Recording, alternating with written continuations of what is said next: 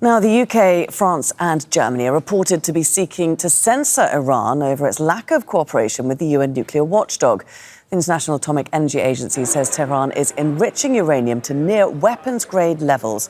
Discussions aimed at improving its cooperation with the IAEA have stalled. The agency's board of governors is meeting in Vienna. Iran and the war in Ukraine are on the agenda.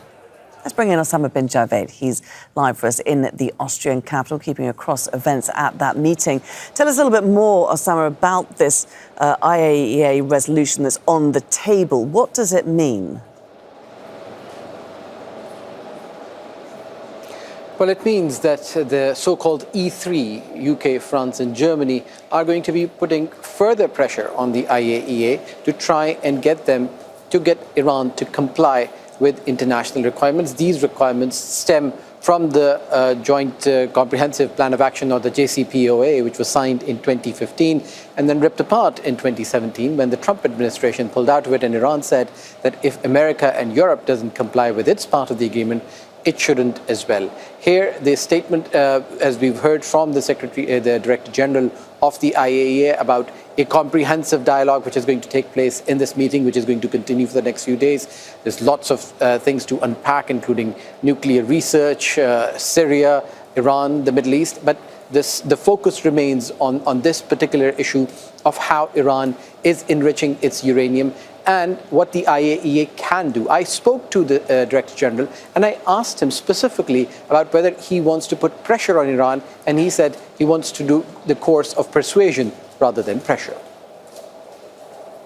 Having more access, more visibility on the facilities in Iran, having what we have called in this joint statement that we signed in March 2023, additional monitoring and verification capacities.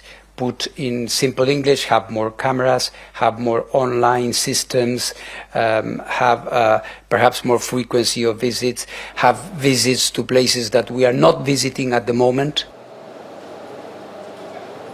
And Mr. Grossi is among the few people who can visit multiple capitals, including Tehran and Moscow, and then come back and explain to people what their positions are. He was there before the accident in which the former foreign minister and president were killed, and now there seems to be a transition period. But the IAEA, the International Atomic Watchdog, says that it is committed, regardless of the pressure that it is put under either by Tehran or by other parties, to abide by the decisions of its boards of governors and make sure that Iran complies with what IAEA says is legally binding, as Iran is part of the Nuclear Proliferation Treaty. And if Iran develops a nuclear weapon or gears towards it, then there could be a proliferation, a race for nuclear weapons in the region, which remains to be a cauldron of conflicts.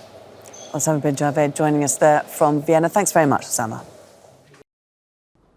Make sure to subscribe to our channel to get the latest news from Al Jazeera.